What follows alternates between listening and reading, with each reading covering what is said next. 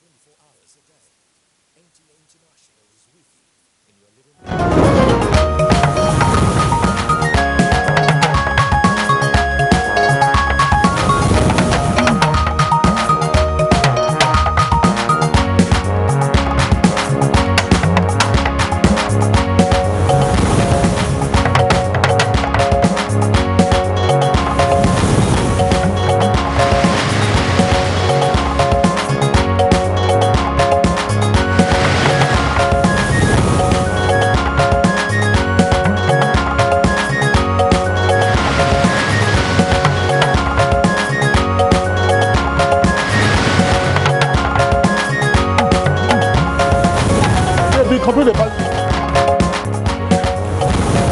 President Buhari tasks police on emerging internal security challenges. Taking your services to the doorstep of police officers by maintaining an office in each police command and formation is also very laudable.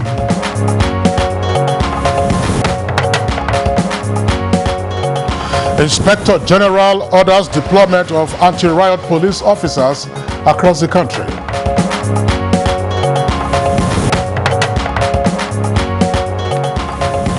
Senate President calls for an end to street protests in Nigeria.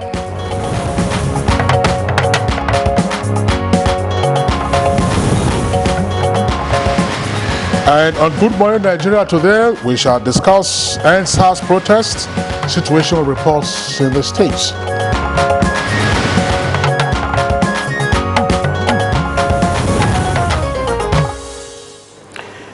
Now, social media platforms have been awash with videos of violent turn the EndSARS protests have taken in several parts of the country. Now, just yesterday evening, the Lekki tollgate area of Lagos can be likened to a war zone following clash between security men and protesters in defense of the 24-hour curfew imposed by the Lagos State government. Now, several lives were lost in the Lekki mayhem last night, and according to the Superintendent of Police, Olomuyiwa Adejobi, that's the Public Relations Officer for the Lagos State Police Formation, he said, the PPRO said that the formations were attacked in various parts of Lagos on Tuesday, and those police formations include the Orile police station, which was burned, the Abukoko station burnt, Saleh outpost, that's under the Injesha division, also burnt. Mushin division was also attacked, along with the disbanded SARS office at Ajegunle, which was equally burnt. Very unfortunate turn of events indeed, and the SP at Adejobi said several other stations were also attacked, even as Jeremy Felodun local government area secretariat was equally set ablaze. And of course, all this happened before the Lekki tollgate incident. Well, in Edo State on Monday, that's 2 days ago, the correctional centers on Sapele Road and Oko, both in Benin City, the state capital, were attacked and inmates freed by various mobs. The Edo State Deputy Governor, Philip Shuaibu, said of the nearly 1,400 inmates in both facilities, at least 1,200 are still at large, with some AK-47 rifles that were snatched during the jailbreak. Now, this has prompted the Edo State government to impose a 24-hour curfew with a stand warning that anyone found contravening the directive will be dealt with accordingly. And indeed, other states have also followed suit. Most recent is Ekiti State. Governor Fayemi, of course, took the example of Edo and Lagos by imposing a 24-hour curfew. Now, following what he called the hijack of EndSARS protest in the state, of course, by hoodlums. Now, in Jos also, people took to the streets with logs of wood and machetes as the protest turned bloody, resulting in the vandalization of a number of cars. Now, as part of the demands of the protesters, a number of state governments have already set up panels of inquiry, and those governments include those of Lagos, Ekiti, Edo, and Plateau.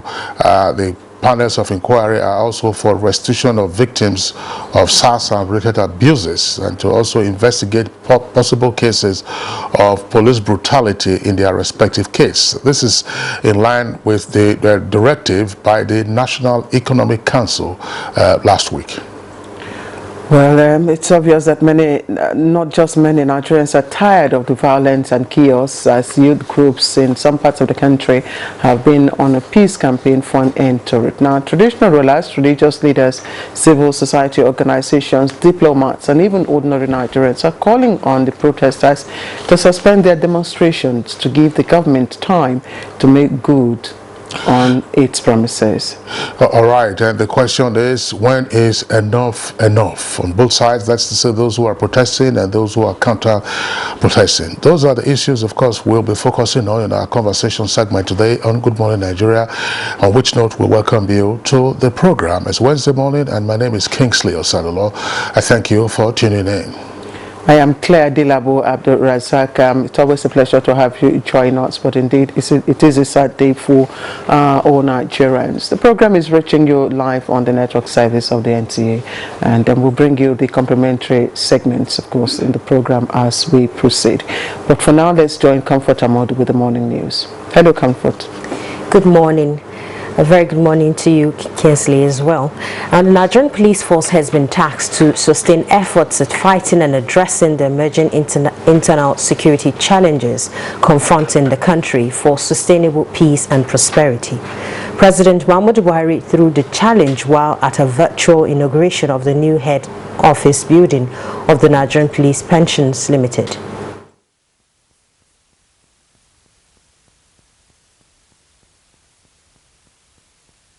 In order to fully accomplish the purpose of setting up the scheme, I urge the Nigerian Pension Commission, the police authorities, and Nigerian Police Force Pensions Limited to maintain their concerted efforts, especially towards achieving improved welfare for the police personnel. Let me commend the Nigerian Police Force for fighting and addressing the emerging internal security challenges.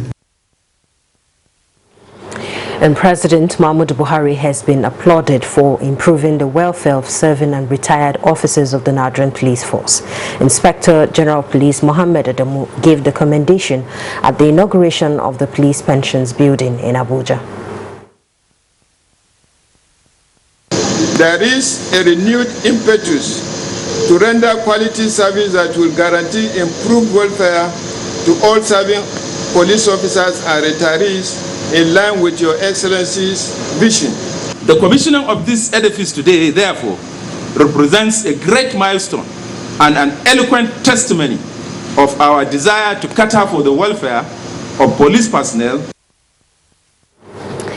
And following increasing attacks, including acts of arson and malicious damage of public and private facilities in some states of the Federation, including the Federal Capital Territory, the FCT, the Inspector General of Police Mohammed Adamu has ordered immediate nationwide deployment of anti-riot police unit, the police mobile force, to protect lives and property of all Nigerians and secure critical national infrastructure across the country.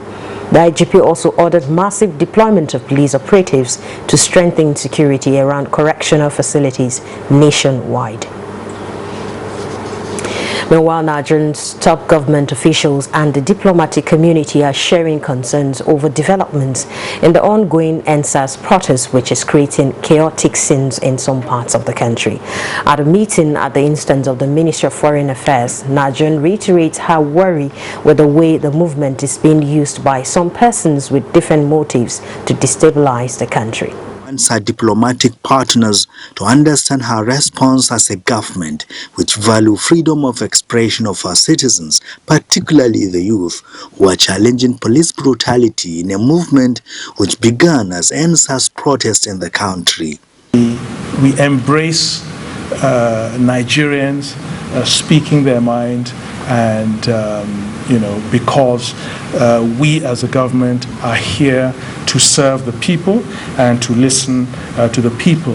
And our President Muhammadu Buhari, believes in that and has asked us also to believe and to implement that.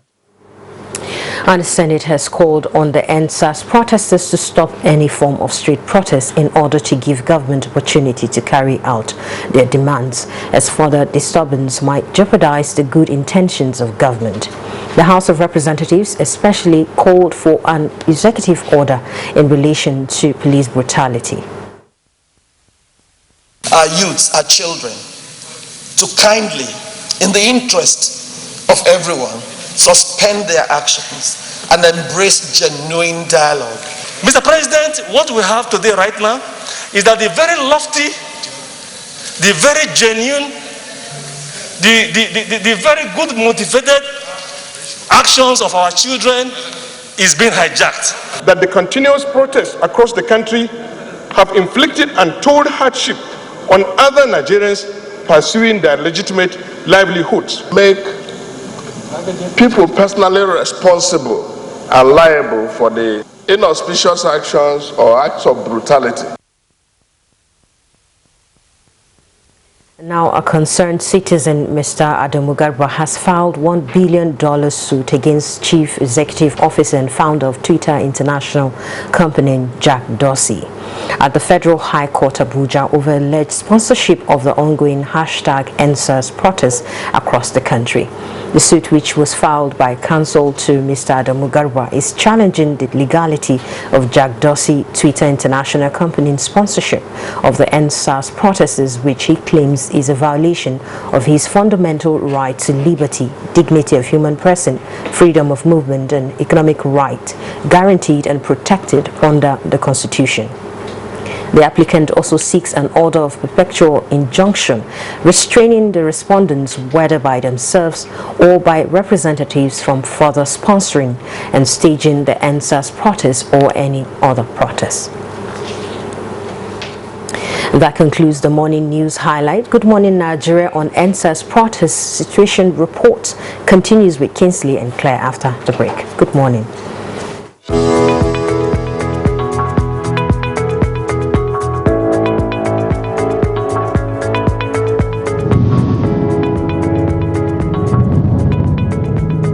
The recent genuine concerns and agitations by Nigerians about the excessive use of force and, in some cases, extrajudicial killings and wrongful conduct by means of the Nigerian police force. The disbanding of SARS is only the first step in our commitment to extensive police reform in order to ensure that the primary duty of the police and other law enforcement agencies remains the protection of lives and livelihoods of our people. We will also ensure that all those responsible for misconduct or wrongful acts are brought to justice. We also deeply regret the loss of life of the young man in Oyo State during the recent demonstrations. I have directed that the circumstances of his death should be thoroughly investigated. Meanwhile, it is important to recognize that the vast majority of men and women of the police force are hardworking and diligent in performing their duties.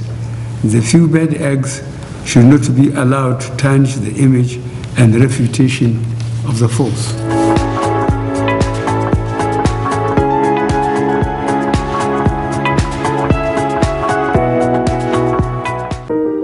In these uncertain times, one thing's certain: we're in this together. So Clean Protect, the antibacterial detergent that removes 99.9% germs while it cleans. Because germ-free clean is the real clean that we all need. Do your best to protect your family. So Clean Protect.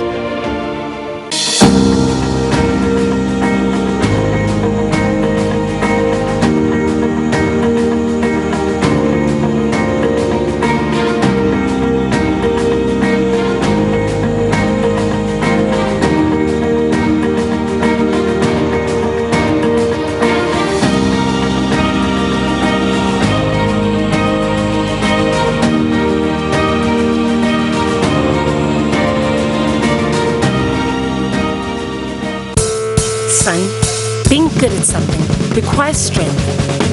It requires putting in more. That's why the new improved Bonvita is packed with vitality and a richer, creamier taste. Hello, madam. Would you like to join us on this mission? Yes, but how? Just one question for you. How do you keep your toilet clean? I use regular detergent and bleach for washing and removing yellow stains. I have been using it for years. Oh, madam, the regular detergents and bleach are used for washing clothes. To disinfect your toilet properly, you need Harpic 10X. It is specially made for germs and stains remover. Harpic sticker formula settles on stains and gives 10 times better cleaning compared to regular detergent and bleach. Wow! Now I'm convinced, Helen Paul. Really? Yeah. Now that she's part of the mission, the next house is yours.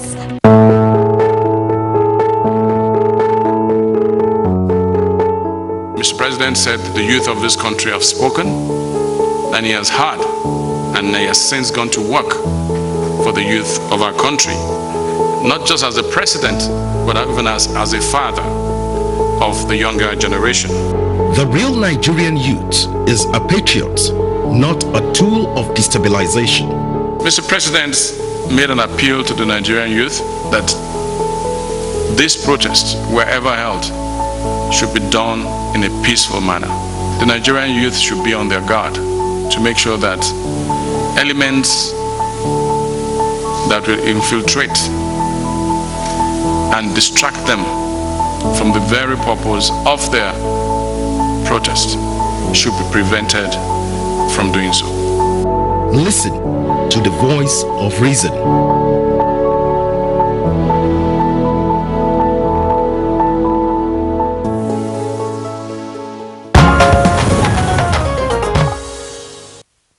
You're watching Good Morning Nigeria live on the network service of the Nigerian Television Authority. Let's now join our correspondent, Ronami Egirani, for some business news highlights. A statement released on Monday by the Lagos State Chamber of Commerce and Industry put the nation's estimated economic losses at 700 billion naira since the EndSARS protests began 13 days ago. In the issued statement, the Chamber's president, Mrs. Toki Magogunje, stated that the disruptions currently happening in major cities and interstate highways could lead to unintended outcomes and have far-reaching effects on the economy. Now let's see how the stock market fared on Tuesday, the 20th of October, 2020.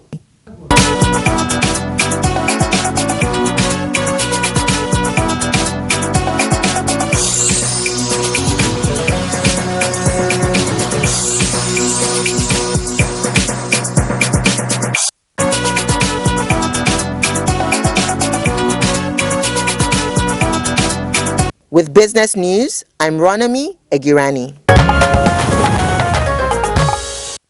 All right, many thanks, Ronami, for the business package. Up next will be a newspaper review on Good Morning Nigeria. Don't go away.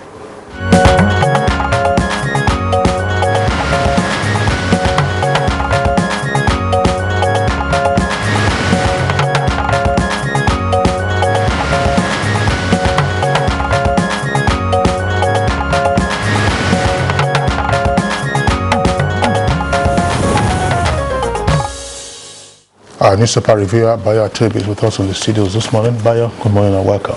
Thank you, Kinsley. Good morning. Good morning, Claire. Good morning, Bayo. Good morning, Nigeria. That's right. Let's begin with the Nation newspaper. Nation newspaper, the lead story says killings, arson, and violence trail #EndSARS protests. Killings, arson, and violence trail #EndSARS protests with a number of riders. Policemen among victims. Lagos orders probe into Lekki shooting. IJ deploys riot policemen. Plateau, Imo, Lagos, and others impose curfew. Details on page 4. And you can see the photographs there on the front page. To the right side, you see the Orile Igomo Divisional Police Station. That's in Lagos after hoodlums set fire to it yesterday. And on the left is Galazi Mall vandalized by hoodlums in Kano. That also took place yesterday. There are a number of other stories on pages 4, 5, and 6. And the headlines related to those stories are as follows. You find them there just below the photograph of the Orile Igomo station from where smoke was billowing yesterday. President meets defense minister and CDS. CDS stands for Chief of Defense Staff. U.S. shots consulate over Lekki shooting. Governors to youth embrace dialogue. Hospital and council secretariat set ablaze. Customs warehouse invaded by hoodlums. Domestic carriers cancel flights for today. And as I said, those stories are inside the paper. Then below that, you have senators and reps to Buhari speak to Nigerians. Lawmakers urge protesters to vacate streets. That's the writer to that headline. And then right at the foot of the page there, absence of judge stalls Oyoita's trial. That's page 7. Also on page 7, Pencom gets chairman and DG. An investor to inject $150 million into Pound. That's Peugeot Automobile Nigeria. New vehicles for market. The details are on the front page there with a continuation on page 5. Let's now go above the name flag of the Nation newspaper. PIB scales second reading in Senate. Will be meticulous. That's the word coming out of the Senate with details on page 7. On page 6, manhunt for fleeing 1,993 inmates begins. Those are the inmates from the Sapele Road and Oko Correctional Services Centers in Benin City. Foreign firms barred from contracts below 5 billion naira. Bida Police suspends 3 union leaders. And below the nameplate, CBN urged to unfreeze illegally frozen account. And protests launched in Kaduna. Details on page 31. Okay. All right, Kingsley. All the stories that you have just read are also contained on the front page of the Daily Sun, except that they are differently cast. The headline from the Daily Sun reads, amid violence, killings, FG Malls nationwide state of emergency, and the paper goes on to list, of course, some of the actions taken by some of the states there, and then you see the picture stories also Kingston referred to earlier on, just trending down there. Then the other story there is protest. Senate urges Buhari to address Nigerians, invoke executive order to address police brutality, reps advice. And just a little above the nameplate, just by the side of the nameplate there, you also find another story. IGP deploys riot policemen, CP orders DPOs, others to defend their stations. And the only off story on this paper, about 2 of them, of course not forgetting Haneze, politically injustice, cause of youth revolt, frowns at targeting Igbo businesses. Details of that on page 8 is the one on ASU. It's trending at the bottom of the paper. ASU rejects FJ's 20 billion naira offer, demands 500 billion naira to revamp varsities. You'll have details of that on page 3. Bayo. Well, the reports in most papers now are concentrating on reactions to the ongoing protests and the violence that has ensued from it. Governors in some 8 states of the Federation have so far declared curfew. This, they say, is to forestall breakdown of law and order. In Lagos, a police station at Orile, Layeni, Amukoko, Sele bus stop were set ablaze. Others at Moshin and Ilemba were also attacked.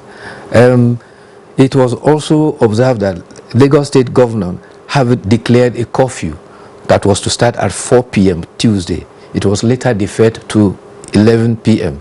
The decision, according to the Commissioner for Information and Strategy, was to ensure that the protest that has been peaceful and now apparently hijacked does not develop into a monster that will continue to threaten the society. Meanwhile, in Gombe, there was a clash between protesters and hoodlums at Rainbow Runabout. Some journalists who were out covering the issue were also involved and they were injured. For now, Punch reports that at Lekki Toll Plaza, one of the nexus of the EndSARS protests, 3 banks were set ablaze. The fire service head, Margaret Adisheye, said that, well, the business premises and shopping malls were looted, but there was sporadic gunshot in the area, so they couldn't go there. But if they have to save people and save life, they have to go to a safe place, so they couldn't enter there. Meanwhile, Governor Babajide Sanwo-Olu is set to want to address Lagosians this morning. He has asked Lagosians to remain calm as he has ordered the investigation into shootings at Legito Plaza and also following the imposition of the curfew. He is to broadcast to Lagosians this morning. Meanwhile, governors of the Southwest have appealed to youths to embrace dialogue as a means of ensuring that government agencies and their protests are not abused. Chairman of the Southwest Governors Forum, Governor Rotimi Akeredolu, said, "Time to end the protest is now." He says the state should not be allowed to be turned into a battlefield. We appeal to security agencies and to exercise maximum restraint in the face of ostensibly contrived provocation. The youth and other stakeholders have spoken and made some gains from the protest. They must, as patriotic citizens, put the conflict, the country first. They must be patient and proactive so that positive signs that they have indicated will be carried over and government would take actions about their demands. In other development, the National Assembly at the Senate yesterday passed a resolution for comprehensive and holistic reform. In a motion moved by Senator Biodun Olujimi, the Senate called for all tiers of government to empower policies and programs that will raise the standard of and quality of life. They also called on the federal government to implement the 5-point demands of the protesters with time limits to instill confidence. They call on the president to address the nation on the issue. They also appeal to the protesters to suspend the action and embrace genuine dialogue and give government time and space to meet their demands. At the House of Representatives, the Speaker, Femi Gbajabiamila, in his remarks, called for a wholesale review of the Nigerian police force. He says a bill to hold erring operatives accountable is underway. Let me just quickly, just before we round off, we don't really have much time today. The headline on the Daily Sun, I'd just like for you to speak to it. Which one? Yes, the one that says, amidst violence, killings, FG malls nationwide state of emergency. Well, that report is predicated on some meetings that have been summoned. The president perhaps is likely to meet with the service chiefs and other security agencies. Of course, because of the alarming situation, already there are 8 states in the Federation that have announced a curfew. This is because of the escalation of the violence. And it means that the security situation has been heightened. And therefore, just 2 days ago, the Inspector General of Police ordered the riot police to go out and quell all possible riots because of the escalated burning of police stations. So far now, there have been police stations that have been burned in several states. It's an irony. We are complaining about impunity by the police, and protesters are now venting their anger on police stations. The police stations are there to serve the public, to challenge criminality. So certainly it must be a matter of concern. You recall that last week the National Economic Council met, the Governors Forum too have met. These are all with intention to address the challenges ensuing from the protests and counter-protests that is obviously getting out of hand. Well, I think that it is important for the various states that are imposing the curfew on their areas of jurisdiction to clarify the extent and duration of the curfew.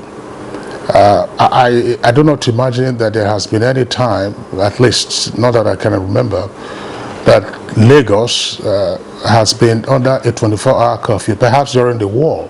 This would have been over 50 years ago. Now, when you say you impose a 24-hour curfew, what is missing is the duration. In other words, is it for 24 hours or it is a curfew you are imposing until further notice? It said that yesterday. It said it subsists to further notice. Yes. No, well, the reason I'm saying that is you have a number of other states that have been imposing curfew without clarifying the duration for which you are imposing the 24-hour curfew. If you say you impose a 24-hour curfew beginning 4 p.m., later shifted to 9 p.m., some persons were saying, all right, after 9 p.m. today, people can return to the streets or go about their business, because Lagos is a city that virtually doesn't go to sleep. The same thing in Edo State. Edo State earlier imposed its own curfew. Yesterday, there are persons who were walking around as if, the curfew was over. So, if it's a 24-hour curfew, it means that the state or the areas affected will be on total lockdown, except for those who are on essential services, until the curfew itself is lifted. Yes. So I think they need to clarify that. Yes. I'm sure you must have received some messages from banks, either by way of email or otherwise, indicating that in certain parts of the country, today and until further notice, that branches will not be open. Yes. Because of the alarm.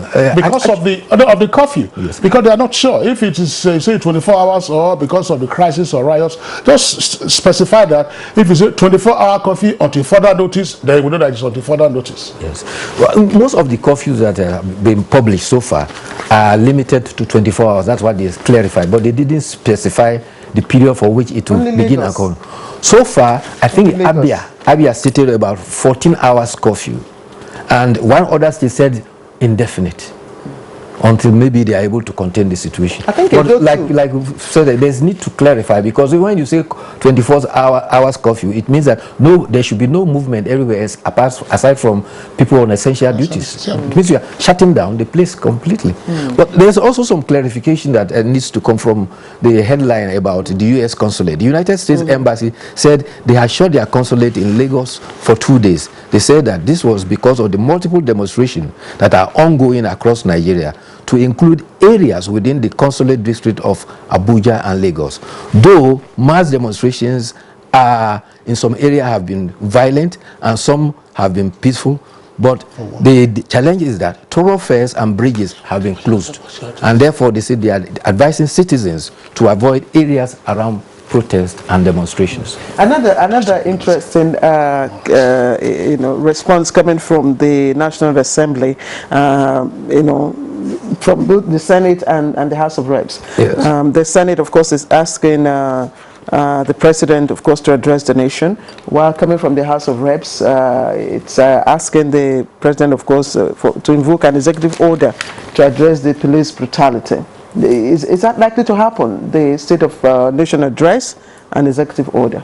Well, that is a resolution of the National Assembly is an advice, and it is not a mean advice. When you have representative of the people advising, naturally the executive will normally want to heed to such an advice. And I think it is in the interest of the nation, because the nation now wants to hear from the father of the nation, because we have a situation when some of his children are at each other's throat because of the issue of SARS.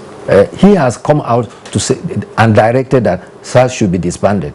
But however, the fallout from the disbanding and the protestation is leading to loss of life. In fact, the Speaker of the House of Representatives specifically said that I will not sign off the 2021 budget if it does not include adequate provisions for to compensate victims of police brutality. Well, there's a story on the front page. That's the headline, by the way, and the details on page 25. Foreign firms barred from contracts below 5 billion naira. And that gives the impression that there is already either a law, an order, or a policy on this. This is part of the provisions of certain bills before the National Assembly. And the story is taken from the representation made by the Honorable Minister to the committee that is considering those bills with regard to local content. So it is not yet the fact that foreign firms have been barred. They may be barred from contracts below 5 billion naira. This is, of course, is to seek to improve local contractor and companies' participation in various forms of contracts. Of course, companies that are registered in Nigeria that have ownership structure reflected that indeed these are Nigerians and that they have a number of Nigerian employees, they may then be qualified to run that. Now, a manhunt for fleeing 1,993 inmates begins. That's 2 correctional services locations in Benin. Oko is a medium security prison, and then the Sapele Road prison is a much older one. But I was just wondering, what is the carrying capacity of those two prisons at any normal time, that now you have 2,000 prisoners at large, 2,000 inmates, you know, who are broken free. So what was the current capacity? I know that the Honorable Minister of Justice has this committee of the decongested of prisons, and they'll be going around the country on their work and releasing some prisoners, particularly those who are awaiting trial or those who have served long sentences.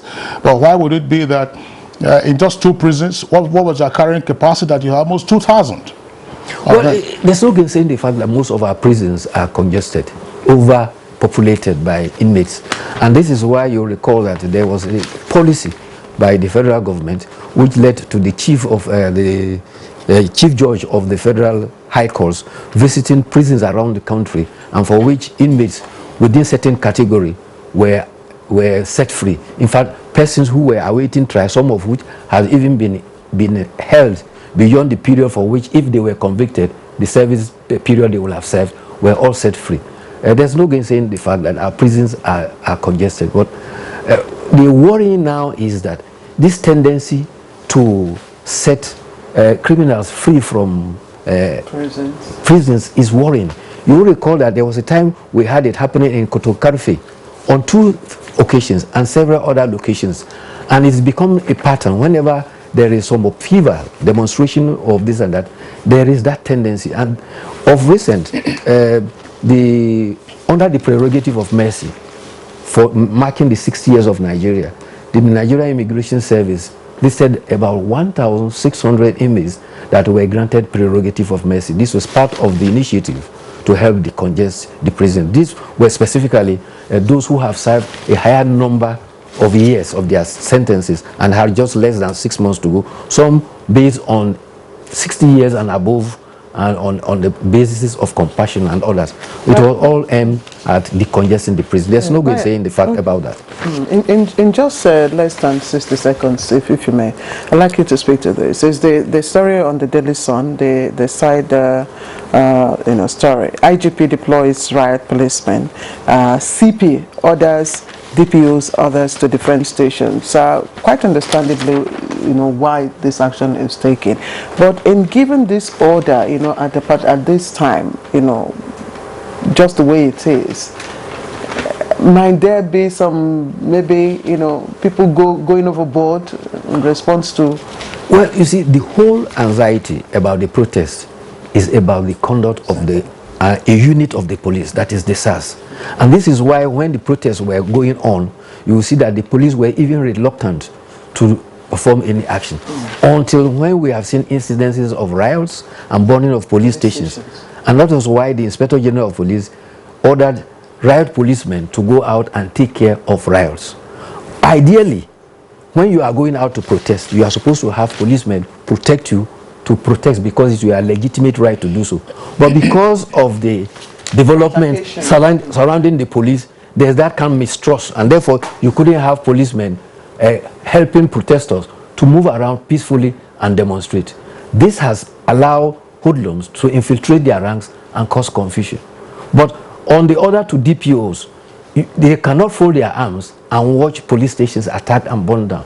In Lagos, apart from burning down the police station, they took away some of the rifles. Luckily, as at yesterday, 7 of such rifles were recovered. I think that is in Benin. They recovered 7 AK-47 rifles that were taken from the correctional center that was where prisoners were set free. So the police intention is to make sure that if the rioters bring the war to them at their post, they have to defend their post. Right, Bayo. In the absence of other contribution, Kingsley, I think I will just appreciate you as always. Thank you. Thank you too. Yes, for keeping to my 60 seconds. All right, this is Good Morning Nigeria. Don't go away. We are still following up on situations, of course, reports from across the country on EndSARS protest.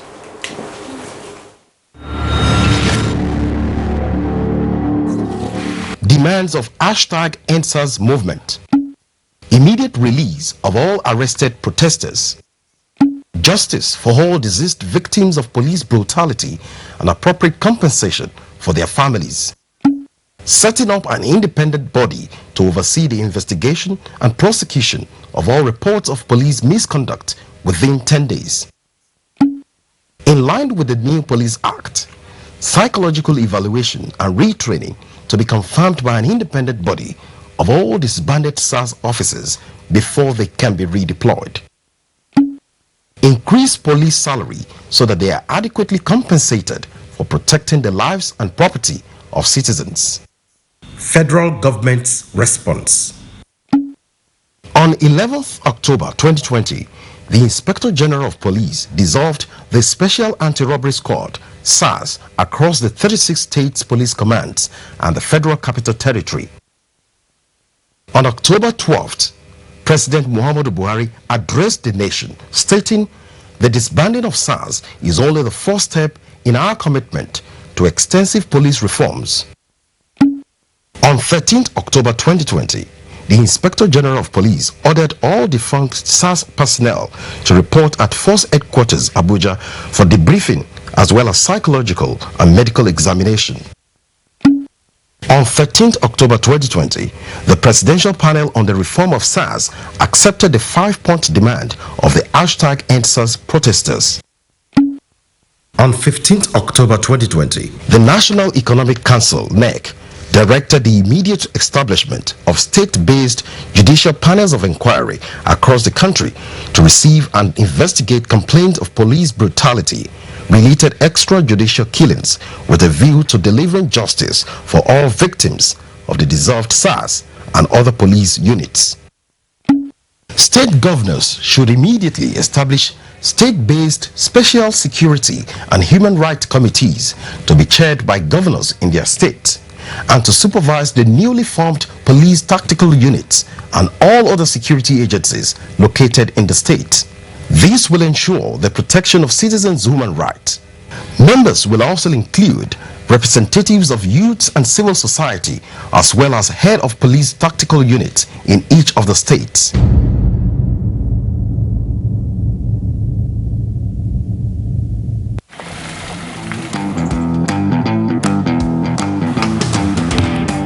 Guess what? What? I scored a hat trick today. Cool! Wow! And how did you celebrate? Just do your hands like this. And hold your nose like this.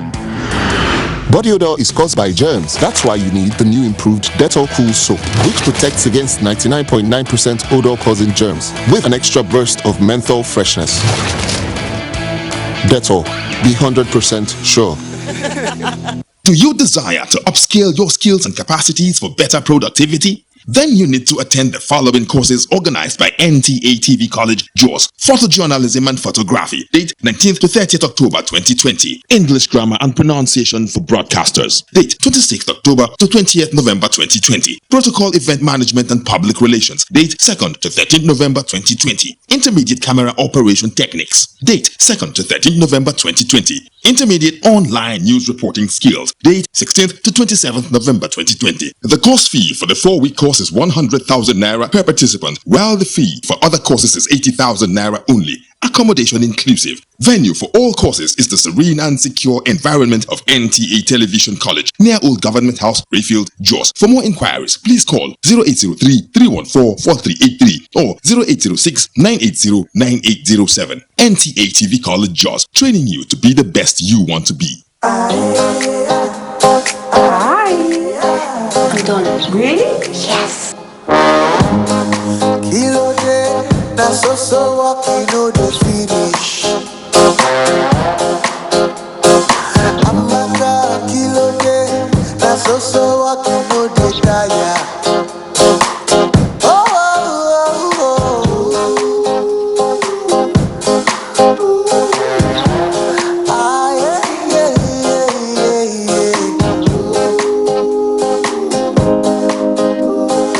There's an easier way to get more data. Get more out of life with the new Airtel data plans. Dial *141# now.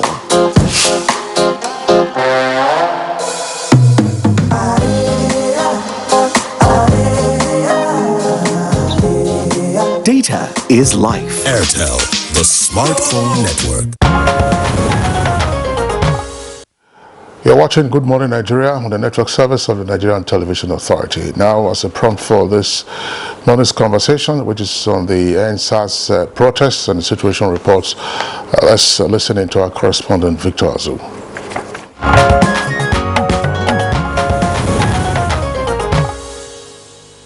It all began with this tweet, picked up by more popular Twitter handles, and then the celebrities before going global.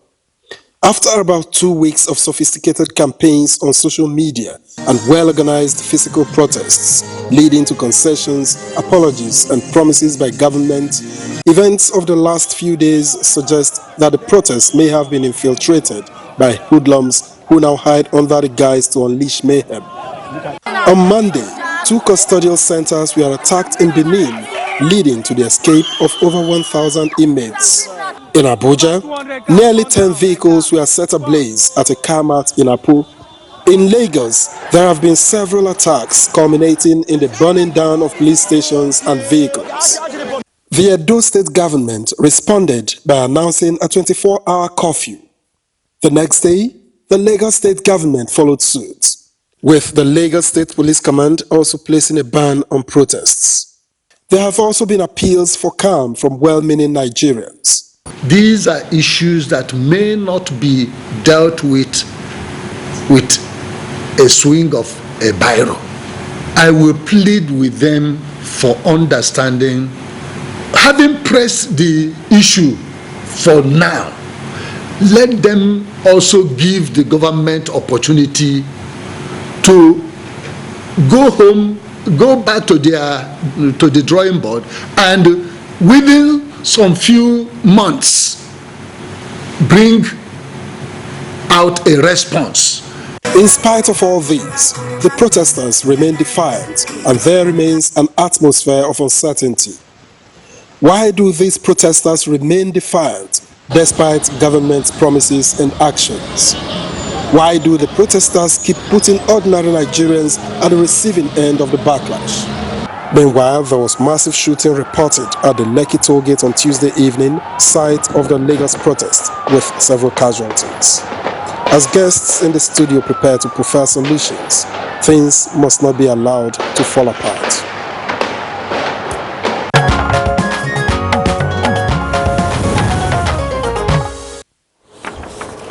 Oh, has it, Victor?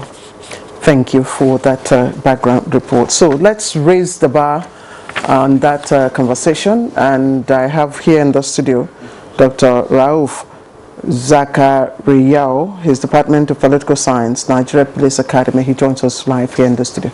Thank you, Doctor, for joining us. Thank you, ma. Good morning.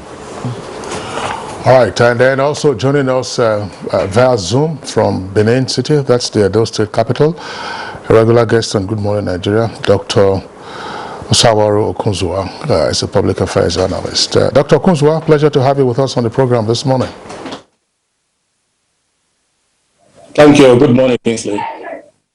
All right, let's begin the conversation with you straight away. What is the situation in Benin City and the rest of Edo State with regard to the harsh EndSARS protests and the jailbreaks that we have also seen, plus the imposition of a 24-hour curfew?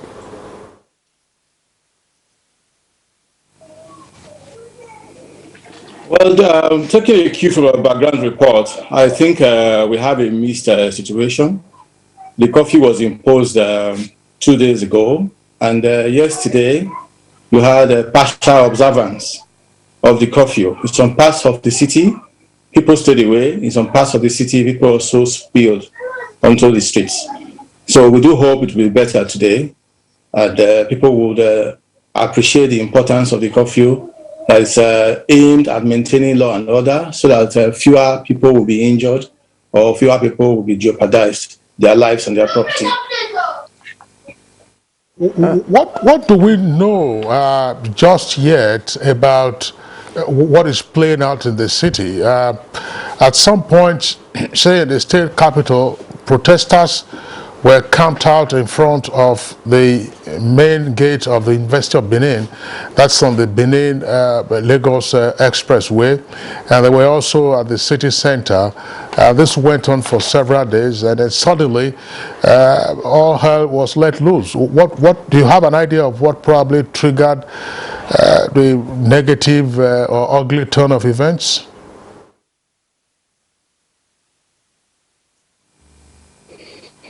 Well, I think it's a kind of degeneration into a mob rule. The two locations you mentioned just now were claimed to be the official locations of the young people who were engaging in legitimate protest.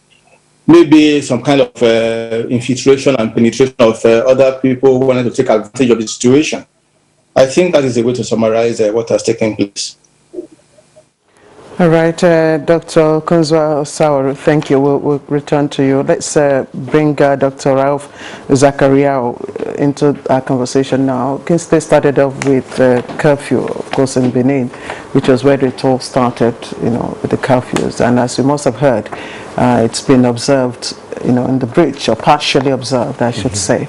And the incident in Lagos, last night also, the toll gate area was equally observed, happened, while curfew was in effect. So, speaking to us from the, technical point of view or political point of view,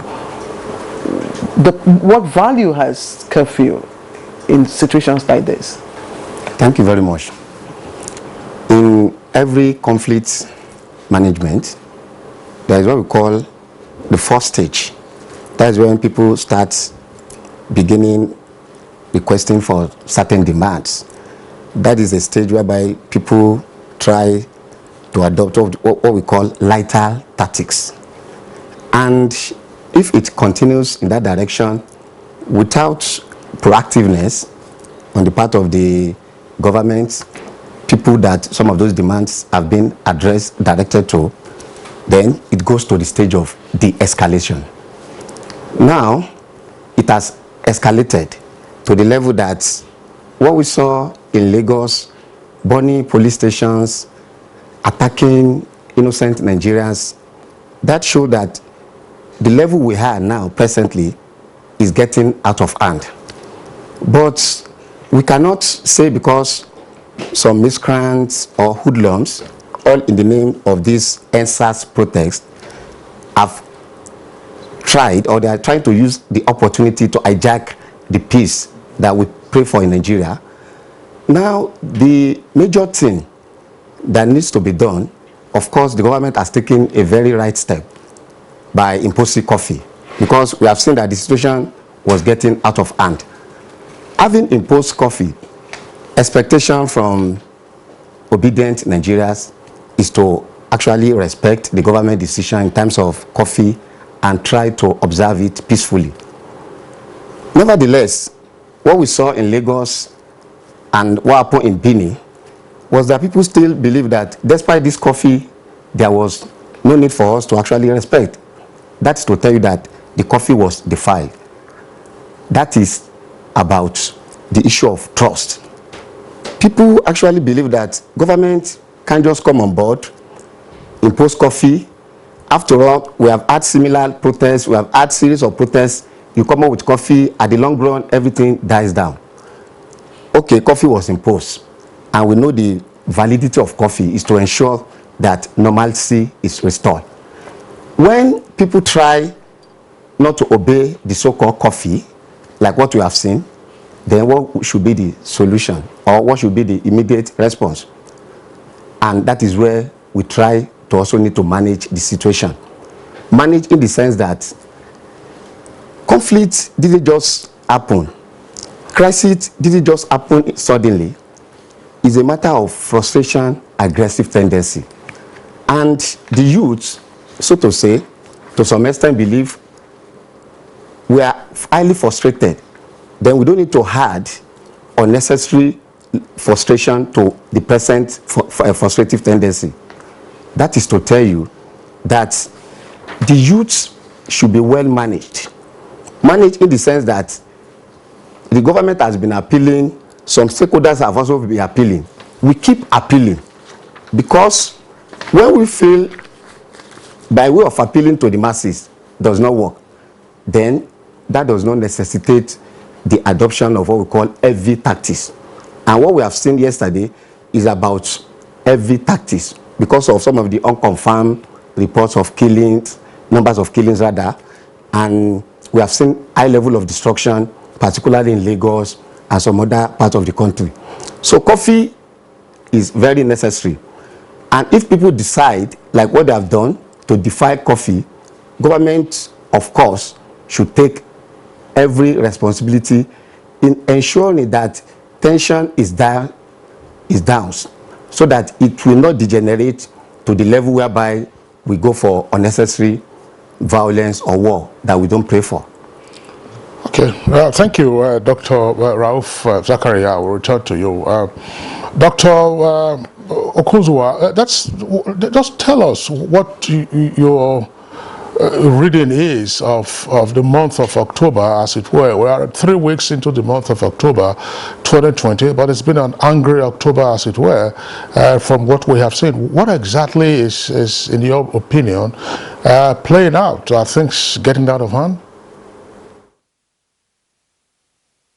Well, I ascribe any kind of importance to in that month. I think what is going on is the release of motions and grievances that are accumulated over time. And just like your background report,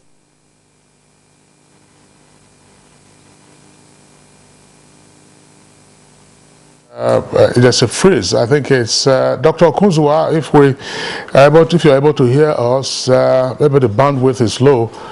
We saw that indication a while ago.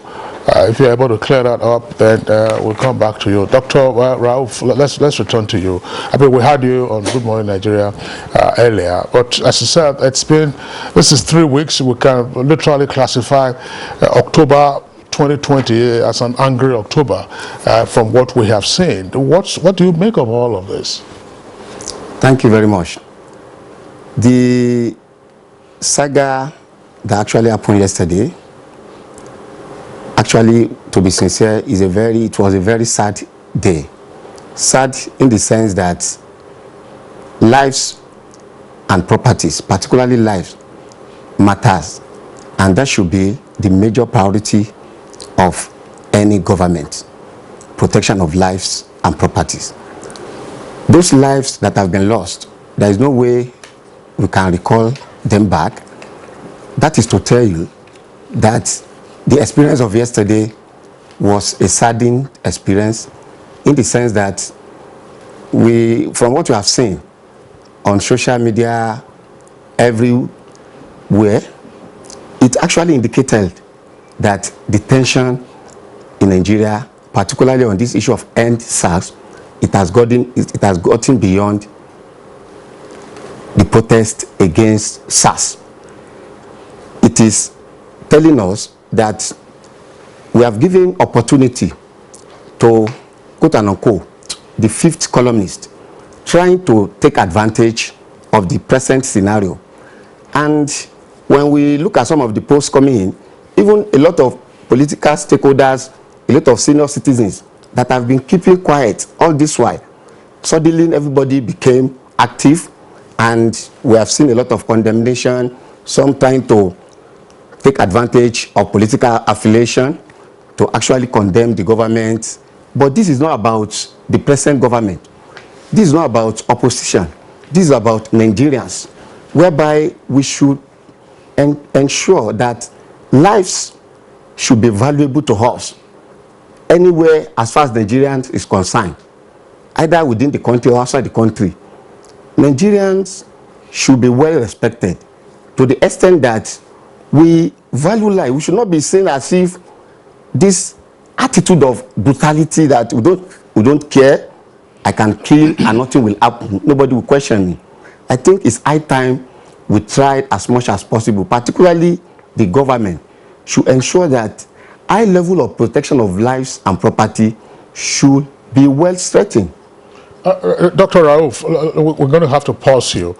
We understand Dr. Okunzuwa's signals are back, and therefore there's some stability in the Zoom connection. Dr. Okunzuwa, could you take off from where you stopped earlier in responding to my question as to what your reading is of what's happening in the country in this angry month of October 2020?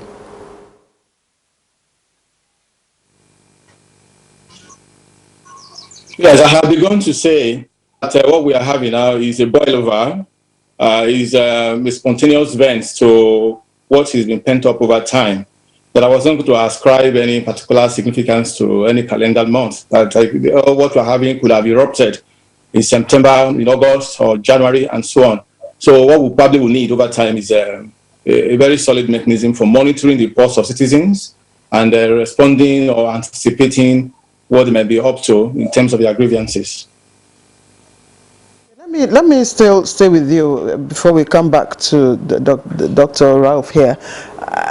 Considering what has happened so far in places like Abuja here and Benin, we do understand that some of those incidents occurred as a result of infiltration in the ranks of the EndSARS protesters. But specifically with the case of Lagos last night and at Lekki, what could have triggered? We cannot independently confirm what has happened, whether people have died. Of course, we do. The social media have gone out to say, give numbers. We cannot confirm those numbers. But we know that, there were shootings yesterday in Lekki. What could have triggered the shootings? Well, what happened is a kind of provocation, the way I saw it from Benin City here, from what the reports we also got from the social media. Provocation, confrontation. So if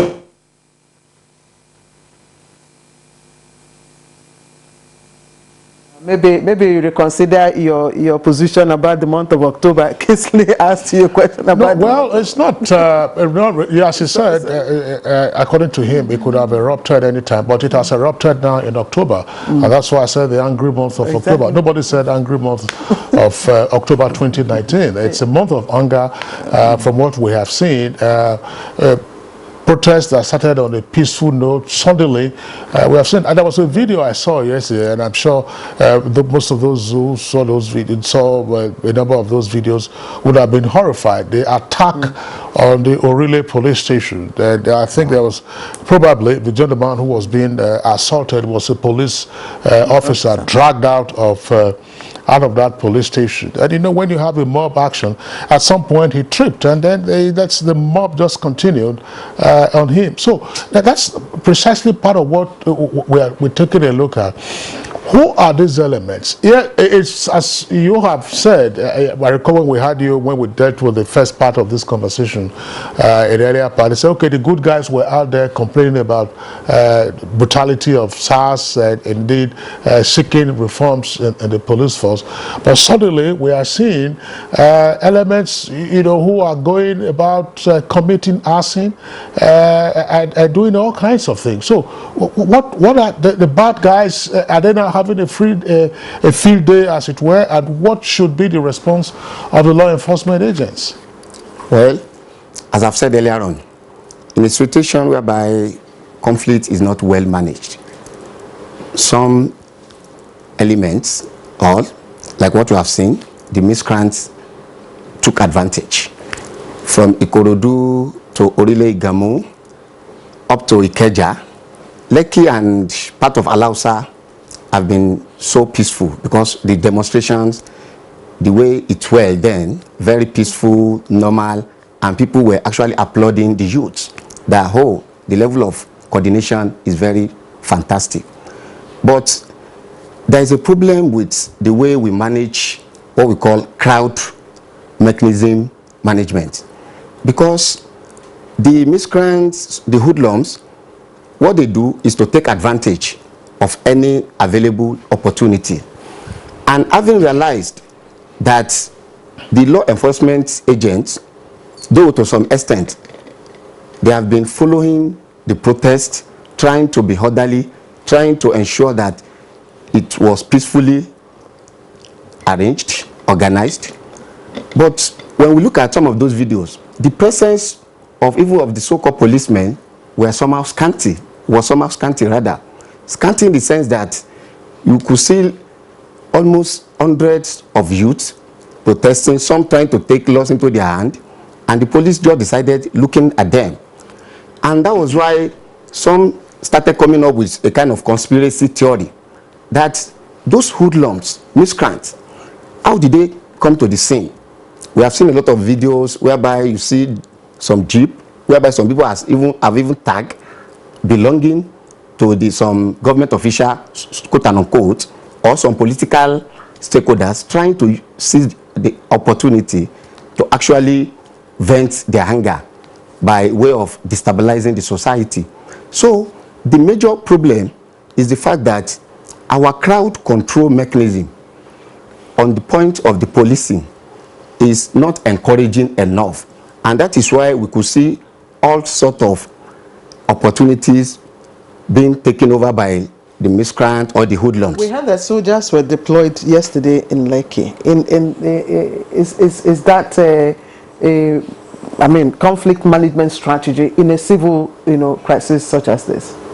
Well, the Nigeria Army actually have not actually come up with official report that they were at the scene, but based on what has been trending on the social media, we have seen some guys maybe on military uniform, shooting, sight shooting, and that is to tell you that at this point we don't actually need the military to take over the situation, because IGP, as at yesterday, deployed the anti-protest squad, anti-riot, or anti-riot rather, the anti-riot squad known as Nigeria Mobile Police.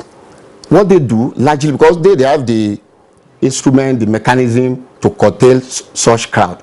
Of course, even using tear gas might not be the immediate solution. They can use tear gas, they can use hot water to actually disperse. Not necessarily at this time. The police and the military might not actually need it now. But the anti-riot squad, from what we have seen, their presence was not felt. Because even if those people were to be dispersed, the youths, then you start with the police. That's the squad you have actually deployed. And have they used the hot water? Have they used tear gas? All those things. So shooting should be the last resort.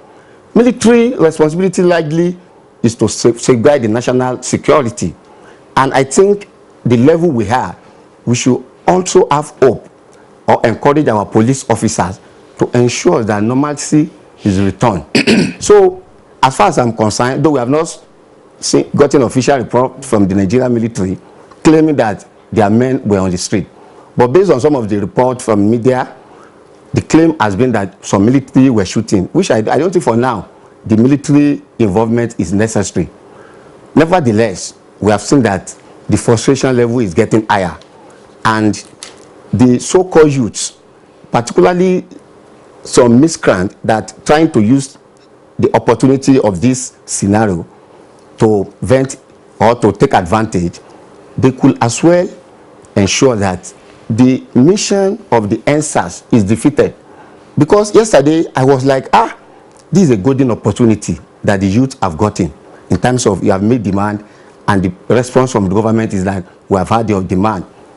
The Speaker of House of Rep yesterday, even to some extent, said he wouldn't append his signature to the 2021 budget if some of the victims of police brutalities are not compensated, including the budget, and even the issue of ASU.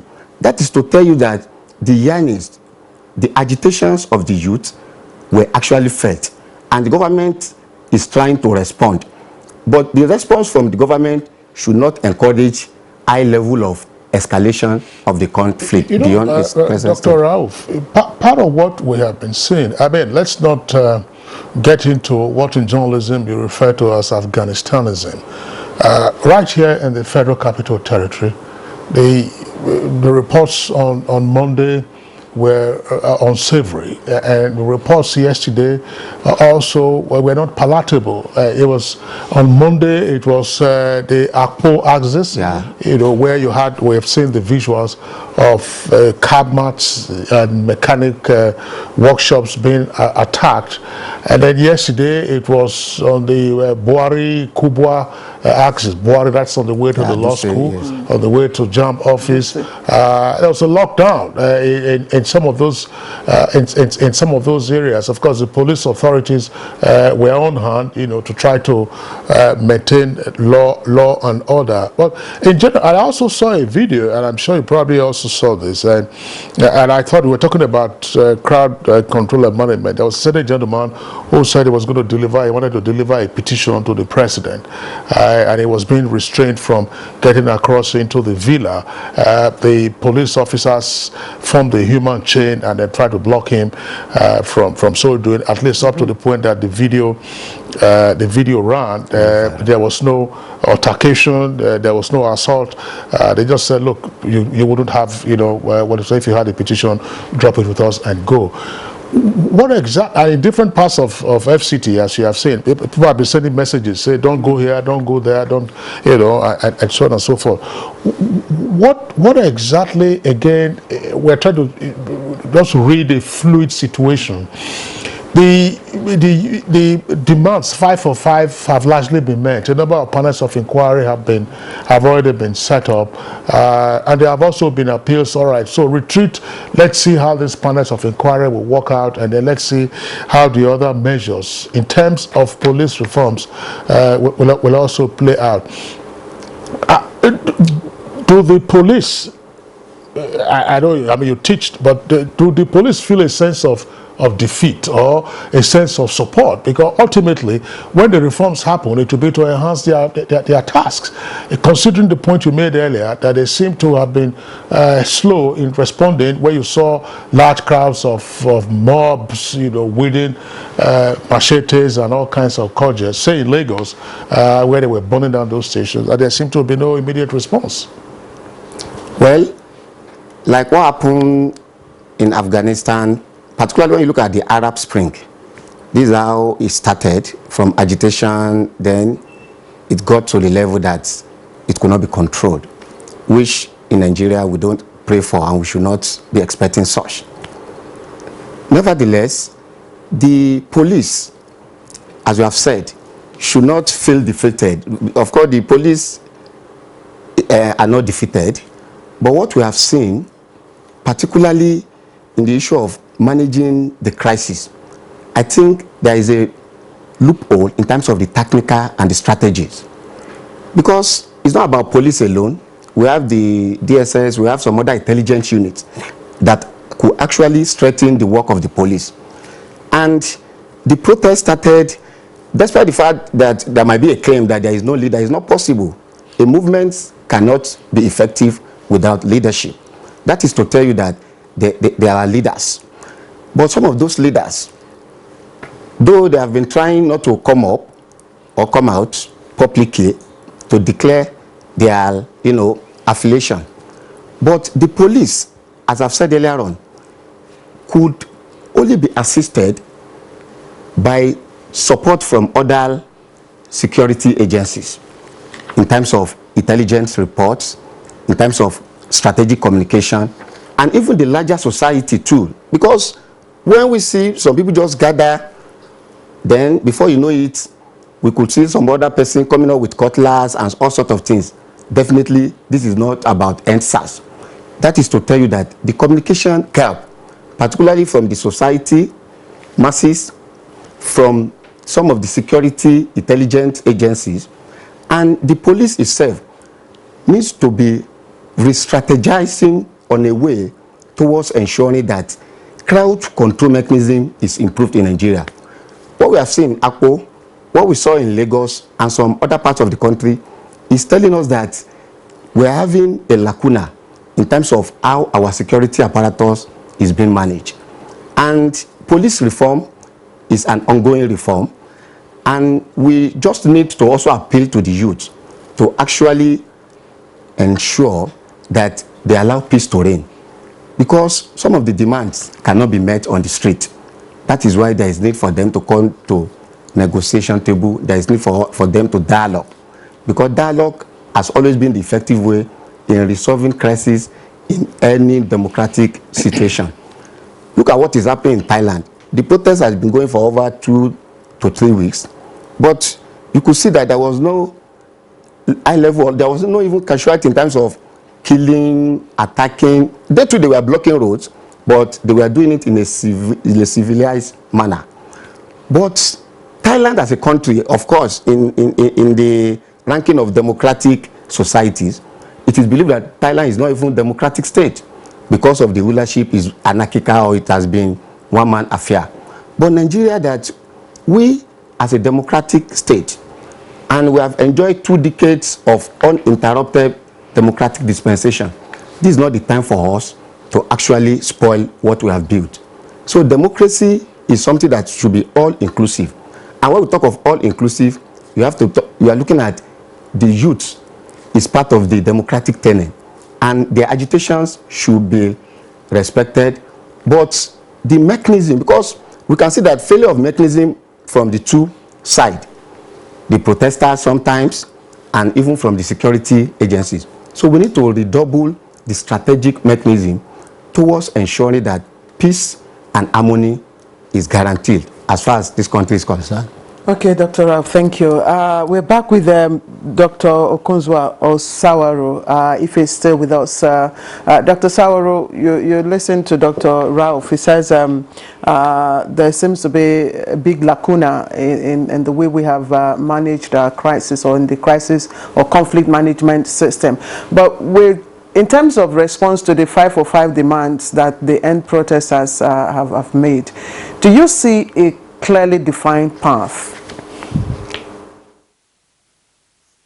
Very clearly, just I've said a while ago, is a kind of accumulation of past grievances and so on. An opportunity just made itself available based on the incident in Ughelli, and then a lot of things are being grafted onto police brutality.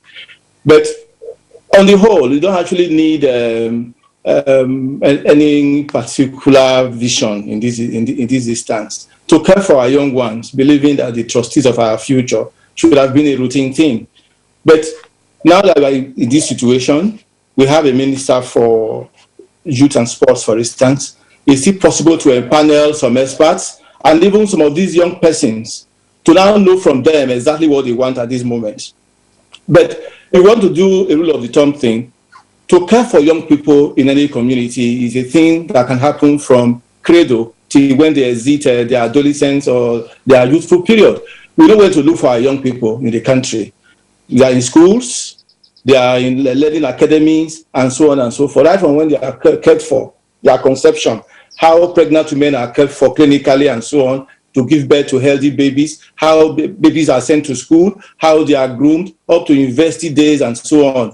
When they are in youth service, we can develop a welfare package for them. But what would be helpful to us in this instance is to try and calm the youth down, collect them from different parts of the country, maybe with experts and people who are policy makers, so that we hear from them directly now. What exactly do they want now and in the future? So it's going to be a process of not just dialogue, consultation, very intense and widespread consultation that will tell us what the blueprint will be. You know, back to Dr. Rauf Zachariah, Vice President Yemi Osinbajo, amongst a number of other measures by the government, because he chairs the National Economic Council, and out of the meeting of the National Economic Council, we heard about the directive to state government to set up panels of inquiry, which has already been undertaken. The Vice President also then offered an apology. I said, look, we're sorry we hadn't taken your matters into much wider or larger consideration. And here you've been talking about crowd management, which is, let's say, an effect. What do we need to do going forward in terms of regularly gauging the public pulse so that whether young people or the elderly or otherwise don't, well, I don't want to say get taken for granted, so that at least the government doesn't get to miss out on the vibrations coming from the people. I mean, when you're having a volcanic eruption, there is a so-called animal omens.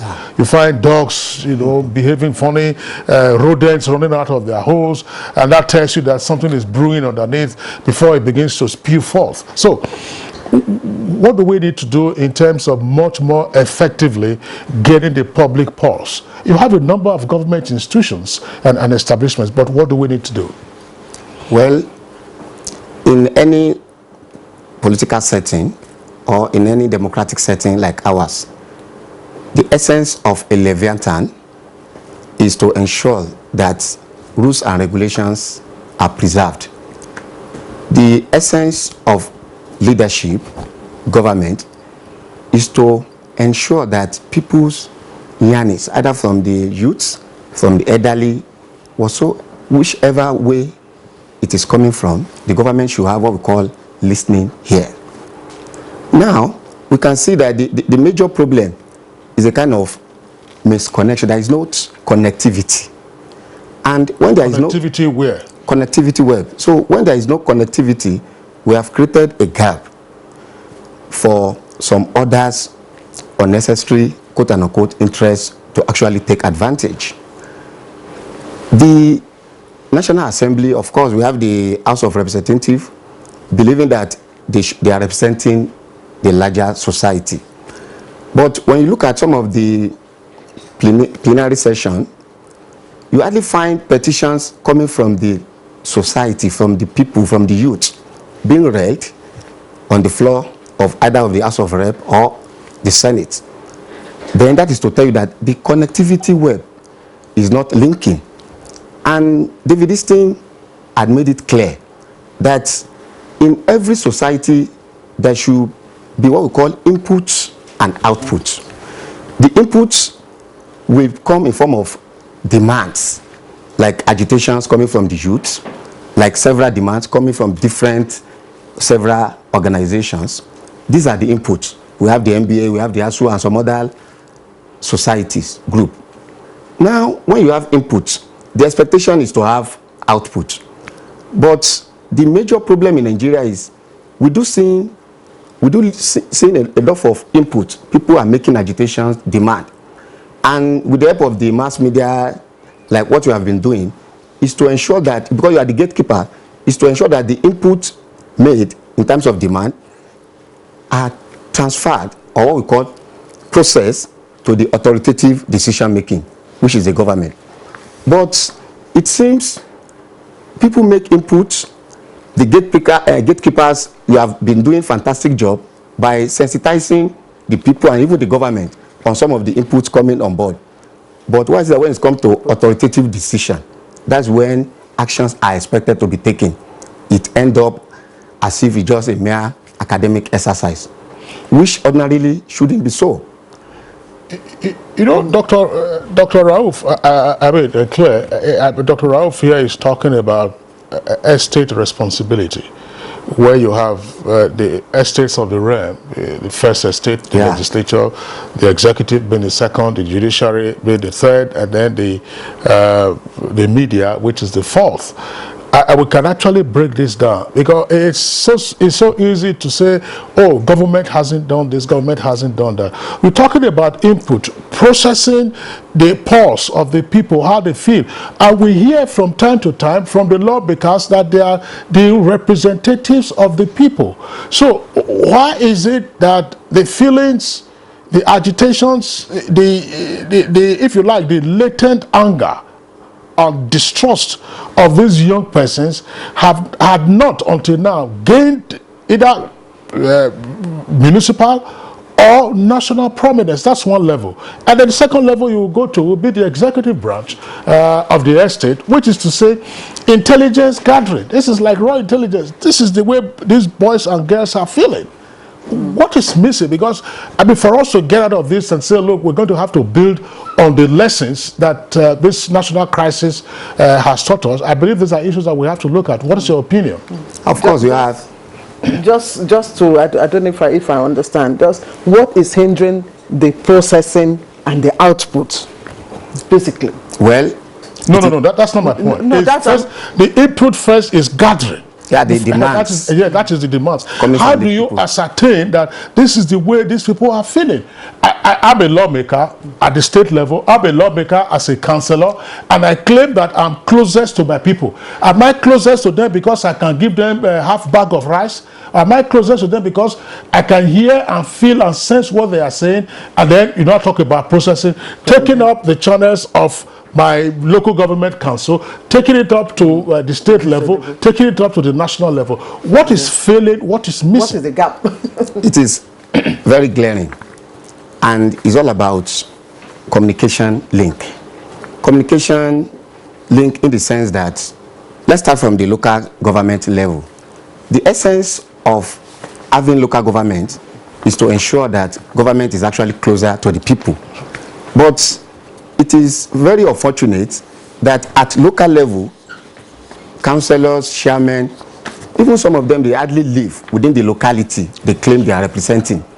Now, it is somebody you can have contact with, then this is the person you can engage. But you have a councillor, somebody representing a community, a particular local government, and he lives in another state, not even within the state. That is to tell you that there is a missing link. And the people, that is the demands that are supposed to be coming from our people, some of those they have access to, they make demands that are very trivial. Like somebody say, oh, we are planning to have a marriage ceremony, we want to have naming ceremony. Also, these are not why they were elected for.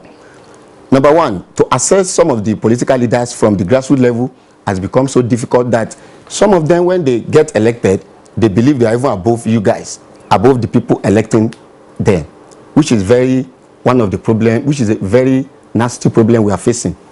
Secondly, go to the state level. A governor will have commissioners. Those commissioners, they were appointed from several local governments, representing their various local governments. How long have they been able to engage the people in terms of having town hall meeting, in terms of having large engagement? Let us engage, let us discuss. So the discussion is what is missing. So with EndSARS protesters, what exactly is missing? Where is the missing link? Is it in the fact that they claim not to have a central leadership that could have, represented them on the negotiating table? Well, to me, I don't believe there is no leadership. They have leadership. Just that the leaders of the EndSARS should be bold enough, bold in the sense that truly this protest, this agitation is something genuine that almost every Nigeria has welcomed. They should be able to come out, engage in terms of let us come and talk. Because when you look at it, the government's perspective now is please come out, let us know you. But I think it's part of the communication link in the sense that even if they fail to come out, we have intelligence reports that should have emanated from the security personnel. Why I asked, if you look back at the freedom fighters from the Niger Delta in the past, yes. Men, for instance, claimed to be faceless, but it had people who came out to negotiate with government on their demands. So shouldn't we have had such a representative from among the EndSARS protesters? Would it have escalated the way it had gone? Well, the Niger Delta issue, is all about resource control. But when you look at the youth agitation, apart from the issue of EndSARS, largely the major target is to have good governance. Good governance in the sense that all sort of human endeavor, all sort of required social amenities could be enjoyed by the larger society. Even the protests of the youth, when the benefits in terms of the dividends come on board, not only the youth that will benefit, it is for the larger society. But it has gotten to a stage whereby the youth that should have seized this kind of opportunity, because it's an opportunity, a formidable one, to have what we call effective strategic leadership style that can communicate with the government. Because now the government is even ready, pleading, appealing, please come and talk to us. Like the debate at the National Assembly yesterday, House of Rep, one of the speakers was like, please let us invite those, our young boys, girls, let them come on board so that we can dialogue. That is to tell you that the communication link that has always been missing, they are trying to connect it back. Okay, let's pause it for a while. We'll take a short break. When we come back, we'll look at some of the tweets and, of course, take other questions that will arise. You're watching Good Morning Nigeria on the network service.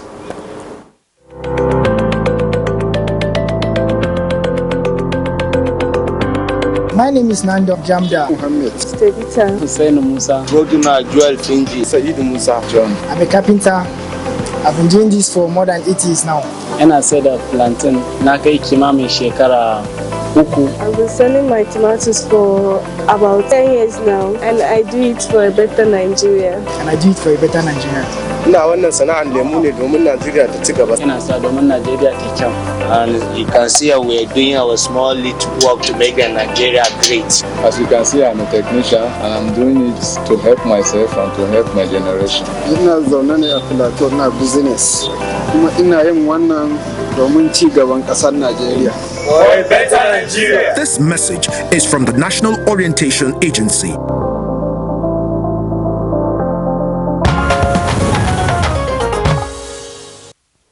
All right, you're welcome back, and it's still Good Morning Nigeria on the network service of the Nigerian Television Authority. Our Zoom connection to Dr. Osaro is still very unstable, so we're going to have to stay with Dr. Rauf Zakaria. Dr. Is back. Rauf, I want to just still follow up on this point that we're talking about in terms of lessons going forward. Tapping the pause and then having to process it back so that everybody knows their individual responsibility. Because the temptation is strong to assume that, all right, this is a problem solely for the federal government and therefore President Muhammadu Buhari and his key officers. EndSARS, their 5 for 5 demands have largely been met, but they have escalated it to the level of good governance. And good governance challenges or even corruption issues aren't just that for the federal government, which is why I would say that where this anger had been seething, had been boiling, what happened that the anger wasn't apprehended and taken up gradually. You talked about councillors. So what are the councillors themselves or even local government managers feeling from all of this? Or they are assuming that the EndSARS issue has been largely resolved. But the issues of governance, which the youths have also raised, those issues lie there at the local government level. Those issues lie there at the State House of Assembly level. They also lie there at the state government level and also at the National Assembly and then the federal executive branch. Are we seeing this connection? Can we now say, all right, it's a wake-up call for all tiers of government, for all estates, including the media? Very interesting. It should be a wake-up call. Of course, it is a wake-up call because the tension is alarming. That is a fact. And like what I've said earlier on, that you have the people at the local level that should represent the grassroots interest, because the essence of local government is community development. When people are developed at community level, they might not necessarily need to go to the urban city trying to look for survival, But what we have seen is the fact that you elect leaders that are supposed to be your representative. They have now become what we call some, agents of oligarchy. In terms of, you make a demand, they can tell you, if you make a call to some of your honorable or whatever elective office order, they bounce your call. Maybe you have something urgent to even communicate. Once your number is not saved, they don't even care. That is to tell you that the people have been taken for granted, and the masses, particularly the youth, they are not happy. What we have seen is accumulation of anger, accumulation of agitation. It goes beyond EndSARS, because the 5 points were made. Later on, we have almost more than 20-something points. But nevertheless, like what I said on Monday, that we cannot, resolve some of those things in a day. But this should serve as a warning signal to the political leadership at every sector, at every level, that this is a wake-up call. The masses, the youth, they are not joking the way they used to joke with you guys. That is to tell you that the people are now trying to demand for their legitimate right. Demanding for their legitimate right, which we believe should have been done in a more peaceful, cordial way, the way it started. But because of miscreant and some other invisible element trying to hijack the situation, that's why we're having this violence. But the good governance, because that has been the key. Good governance entails all sort of branches whereby when people can feel the impact, because feeling of the impact of the government is what is bringing some of this agitation. Let people feel the impact of the government. This protest is not about South-North dichotomy. It's not about ethnic dimension. We should not look at it from that angle. It's about Nigeria's development. Because if Nigeria works for us, either you are from the South or from the North, everybody benefits. And just as well, I mean, the point also needs to be articulated, responded to by you, I believe, to say, in all of these locations where you're having crisis, where you're having conflicts, police stations being raised, mobs taking over, where have you seen the local authorities speak up or step in? Because as first responders, I'm not saying that they have fire services, but they don't have. Ordinarily, they should have. They should have ambulance services, but they don't have. But just in terms of words of assurance or seeking to organize community leaders to say, hey, listen, we have to rein in our boys. We haven't seen that. Instead, I mean, part of what we're still reporting will just be the flare-ups and the anger, whether in and around the Federal Capital Territory, in Lagos, in Edo State, in Abuja, in different parts of the country, in Kano, and elsewhere. So I think that this is an issue. If I don't know whether you agree with this position, what should the first responders themselves also be doing? Nobody's talking about palliatives this time. We're talking about crisis management and therefore crisis communication. Well, the issue of security, particularly the way we run our political system, is believed to be under exclusive list, particularly national security. But where the local communities get it wrong, particularly the leadership at the grassroots level, where they get it wrong is the fact that governance is all about networking, is all about coordination, is all about understanding. You don't say this is Abuja or the national affair, Buhari affair, APC government affair. When there is no peace in Orile Igamu, we don't expect there should be peace in Maiduguri, because any threat to either part of the country, either at local level, state level, or at any level, we should not show unnecessary, I don't care, this does not concern me. So this is the time the traditional rulers should wake up.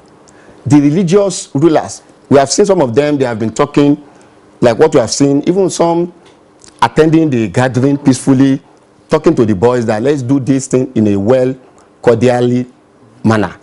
But the fact remains that the religious leaders, the community leaders, our traditional rulers, I think we have not had enough from them.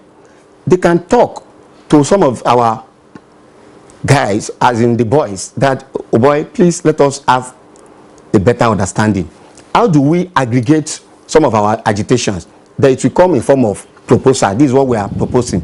But because we have allowed a kind of freelance communication, freelance in the sense that the coordination level is becoming hijacked, as what we have seen, that is why this lacuna is very glaring. While you are at it, 2023 it's on my mind, and I'm trying to articulate this question with regards to the remote cause trigger for the EndSARS protest, which is basically good governance. How might that translate to empowering Nigerians now to know their rights, you know, and their mandates embedded in the electoral process? Yeah, very interesting. Like, there is no way you can actually isolate politics from whatever agitations or what is happening now. And the political configuration of 2023, it has even started showcasing now. But we should look at it beyond either political affiliation, what we can benefit from various political parties. Will it make us wiser? That's simply my question. Of course, that's what I'm trying to point at. That when you look at what is on board, it is telling us that people are now demanding for their rights, that we voted for you and you should be able to deliver. And that is to tell you that if it continues from what you have seen, political stakeholders should not be taking people for granted, because people can actually speak with their vote. And no doubt, we are going to see a lot of political dimension changes come 2023. And the youth should be encouraged, because this is a time, there was a time, you know, Yaga came up with not too young to run. We have the bill, we have the act that has actually empowered the youth. This is a time for the youth to also come on board, to ensure that they have a formidable voice in terms of any candidature that could not deliver in terms of what the society needs, then such person should not be given attention. Okay, thank you, Dr. Ralph. We've got some tweets now. Before we begin to discuss quickly, and so too, how to de-escalate the tension already on ground, we'll take some of these tweets. They've come in their torrents. Let me start with Dele Jack Solomon, and he says, hostile environment in Nigeria as a result of the EndSARS protests cause for concern.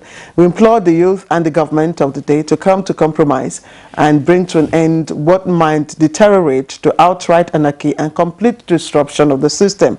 This must start with government. No, Alpha C. I have always known that if something drastic was not done, like the imposition of a curfew by government, and hoodlums would hijack the protest and cause more trouble. Here in Aba, the police and police stations and the operational vehicles were hard hit, and there's tension. And Comrade Ngala, this country belongs to all Nigerians. Our traditional leaders and religious leaders should please and please and please call the protesters to come. Isaac Estefanos, why has NECO not addressed us on the curfew? Are they still conducting examinations? I recall that they postponed one of the exams, is it the computer science practicals, on the ground that their vehicle that was supposed to distribute the question papers got stuck on the barricades set up by the protesters. And Lagos State government, for instance, announced clearly that on the basis of the curfew, no schooling and no exams. And I think some of the school authorities have also asked their children, their students and pupils, to stay away, even though they are registered to write NECO. But what is the word from NECO itself? Is the NECO 2020 exam still on, or it's been suspended so that it could kick off once all of the smoke and fog does clear off? All right, and okay, Kinsley, you've lost me. Well, the next one will be Ezekiel Ebok. Okay, Ezekiel, okay, I'm there now. SWOT creation is not only hasty, but also ill-conceived, as the timing has linked it to being an old wine in a new bottle. However, there is no reason why EndSARS protests should metamorphose into any other demand or movement. Nigeria needs a completely peaceful atmosphere today. Cecilia Okoroma, my heart is broken. God, please touch the hearts of our youth to sheath their swords. Let them obey the law so we can have peace. This is the only country that we have. Abuz, going back to another lockdown recession, very sad that the peaceful protest has degenerated to this. Parents, please caution your words. Let us stand for peace, progress, and unity. Mutana Farouk, if government is about the people, why does it take unnecessary time and process for government to listen and implement the yearnings of the people? How much time and process did it take the government to announce and implement withdrawal of subsidy, increase in electricity tariff, and VAT?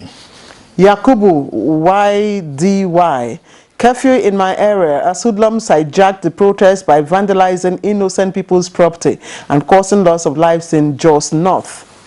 That's in Plateau State. All right, Mr. Easy, we already took one from Jack Solomon. Mr. Easy, I'm in tears, crying loudly. 100 million boys attacked us in Lagos, but we saw no soldiers to come to our aid. But today, soldiers are on us. Mike Anyako, the situation throughout the country is still very unpleasant. Protesters resorting to burning public buildings is highly unacceptable. Security agencies should roll their sleeves and certainly do the needful professionally, that is. Titus Mondenok, it's high time the security agencies and the EndSARS protesters followed up with caution, because we can't afford another socio-economic dislocation at this time after trying to assimilate the one that the COVID-19 pandemic threw at us. Dialogue and conflict resolution are the tools needed right now. Right, okay, we still have some more. Usman Banukantu, at the beginning of EndSARS protests, we thought it was a genuine concern being expressed, but it turned out to be one with ulterior motive. No doubt police is known for corruption and brutality, but what is urgent now is reforms and reorientation of the police for effective service delivery. Well, Chris Simeon has two twists. Let me just take them together. It says the right to a peaceful protest is guaranteed by the Nigerian Constitution. As a result of the protests, there's already a crisis, and you also have deaths in different parts of the country. Will this kind of scenario lead us to a better Nigeria? Okay, Nandam Wuyep is asking God to help Nigeria and deliver Nigerians. But Mukadas Akindele says, since the protest has been hijacked by hoodlums, it is advisable progenitors of EndSARS protests to suspend their peaceful protests. We don't want same thing that happened in the Arab world to happen in Nigeria. God bless Nigeria. Chris Simeon says Sokoto is a peaceful state, no protests, everything is cool and calm here. Security operatives are well behaved, they are not hostile to the masses. Yunusa Idris, the situation in Zaria is peaceful. We are going with our normal businesses as usual. Dear Nigerian youth, give peace a chance.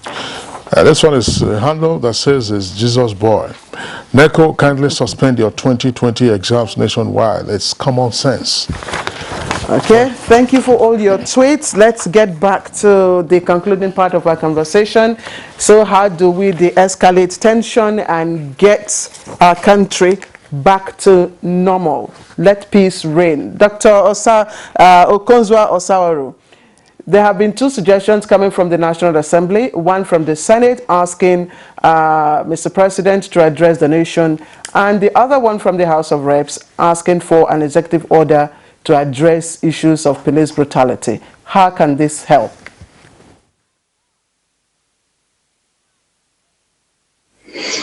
It will help by building confidence when people see action being taken rapidly and constructively.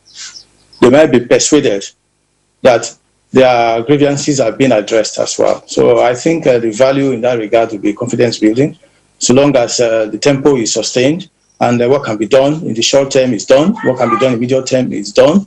And there's also a promise that was going to be a long-range effort. There is people are poised to address them. If you just allow me a moment, talking about the responsiveness of our different organs of government and how we need to build linkages between the people and those in authority and so on. I think the world is gone beyond that already, because in our country today, you have a great deal of deficit in nearly every aspect of life. You know, people are talking about human development indices now. I don't think there's any debate about how children need to be sent to school, how they need to be well taught by well-equipped teachers, how our hospitals need to be well-equipped, how they need to be well-manned by well-motivated personnel. So there are certain things that are already routine, certain things that are already established that don't require reinvention of the wheel. So we have bureaucracies for all these things. We should just apportion our resources adequately and make sure these services are delivered to people, whether they are asking or not. So the things we should be consulting young persons for are things that are emergent, not things that are already settled. So we should just go on, improve our infrastructure, improve our services, make the general outlook look very, very bright, not only for the young people, for all the citizens. I think that's exactly what it's called for. That is the very essence of good governance. Things are already settled, we deliver them efficiently. Things that are emergent, we receive them and beat them into a program for routinization as well. Dr. Rauf, what's your response? Well, like what the National Assembly, particularly from the Senate, appealing to the President, Mr. President, to address the nation. I'm also appealing in support of that mission, that the President should actually speak up, address the angry youth. Not only the angry youth, Nigerians want to hear from our Mr. President. He's the President of Nigeria, and we believe his words will be weighty enough to actually douse the tension. Secondly, the youths, of course, the demands have been made very clear. Aside the 5 for 5, other blurring issues that they have actually itemized, I think it is right time for them to actually seek for a way of dialogue, negotiation. The leadership has actually invited them. They should also come on board by trying to highlight some of their grievances that we have known. Let them dialogue. There should be discussion, because solutions can never happen on the street. There should be a way out. That is, let them come out, dialogue, let us negotiate. We should not jeopardize the peace of the country. Because on Monday we had that part of the suggestion. Yesterday we also had this as part of the suggestion, call for dialogue, call for nomination of persons to engage. What are the platforms for the dialogue? Dialogue with the president or the federal government, or dialogue also at the state level? Because part of the challenge we also face with public policy management in the country is, fine, you have ideas at the national level, and then cascading it down becomes a huge issue. So should the dialogue be at the national level, or should it also be at the state level? And then some persons have also indicated, all right, what will be the essence of the dialogue? A number of reform measures are already unfolding. Yesterday, one of our guests did say that the panels of inquiry and restitution, as is termed in Lagos, have already been established. So why don't you get together and draft your own petitions and be sure that you follow every step and inch of the way through the proceedings of those judicial panels of inquiry, and you make your point that then becomes a forum, as it were, for something similar to what you had with the Truth and Reconciliation Commission, or something that we may refer to as Truth and Restitution Commission. So what is the platform for dialogue? Well, interestingly, the setting up of the judicial inquiry commissions across almost some of the southern states, and even in the north, like in Jos Plateau, is a very welcome development. But beyond that, I think dialogue should cut across all levels, starting from the local level, engaging the traditional rulers, the community leaders, engaging the religious leaders, talk to the youth. Then we can now aggregate some of the demands. We have seen a well-coordinated demands. Aside from the 5 for 5, they have come up with almost 23 demands, which are very germane. No doubt, even most of the demands, it is not only about the youth, even the police itself. They are even saying you should increase police enumeration, you should ensure that their welfareism is well improved. That is to tell you that everybody is talking about better Nigeria. Everybody is talking about good governance. So the dialogue should be a dialogue from local, state, up to the national level. And from what the governor of Lagos State is doing, I think he as a person, using some of his commissioners and some other political stakeholders over there, the governor has tried to reach out to the masses, to the protesters, that please let us talk. By even declaring that the protesters, nobody should be arrested, despite the fact that curfew has been declared, that should not give you an avenue to arrest or to also cause further chaos. That is to tell you that the state level is trying in the area of dialogue. Don't forget, Sanwo-Olu came to Mr. President, the executive governor of Lagos State. He came up with some ideas, some agitation from the youth. He submitted the report to the Mr. President. That does not mean that it should end there. We should see result of some of those, because he didn't just come by adding over a note. What he has highlighted what he has submitted to the president, we should see effective way of resolving it. We want action. The output. The output. That's the output. Thank you, Dr. Rauf Zachariah, Department of Political Science, Nigeria Police Academy. Thank you for coming to our program this morning. It's my pleasure. Let us also appreciate quickly Dr. Okonzua Osawaru, Public Affairs Analyst. It's always a pleasure to have you join us on Good Morning Nigeria. And just quickly, let's take a look at sports, where Flying Eagles have drawn against Ghana, Cote d'Ivoire for 2021 Under-20 AFCON qualifiers. The Flying Eagles of Nigeria have been drawn alongside Ghana and Cote d'Ivoire in Group B of the WAFU B zonal qualifiers for the 2021 African Under-20 Cup of Nations in Mauritania. The WAFU B qualifying draw, which was held on Tuesday, will see Nigeria Republic, Benin Republic and Burkina Faso slung it out in Group B. The competition will kick off on November 14 to 29, 2020 in Lomé, Togo. The two top teams, finalists in other qualification zones, will qualify for the main tournament in Mauritania. The Flying Eagles are expected to start preparations for the WAFU B zonal qualification tournament this week in Abuja after the federal government lifted restrictions on contact sports late last weekend. The 2021 Under-20 AFCON in Mauritania will hold from February to March. The Flying Eagles have won the Under-20 AFCON title a record 7 times and last won it in 2015. At the 2019 edition in Nigeria Republic, the Nigerian side finished 4th. Meanwhile, Nigerian midfielder Frank Oyeka is doubtful for FC Midland's UEFA Champions League home clash against Serie A B club Atalanta on Wednesday. Oyeka sustained a knee injury on international duty with Nigeria and missed Midland's 3-1 win against OB Odense last weekend. The talented midfielder played a key role in Midland's progress into the group stage of the UEFA Champions League for the first time, scoring in the playoff round 4-1 win against Slavia Prague of Czech Republic. He has made 4 appearances for the club in the competition this season with a goal to his name. All right, so that's it for us today on Good Morning Nigeria. We appreciate you for being with us. We're back tomorrow, same time, 7 in the morning. Until then, stay safe and be alive. I'm Kingsley Osadolo. And I'm Claire Adilabu Abdul Razak. Please do stay safe. Bye-bye.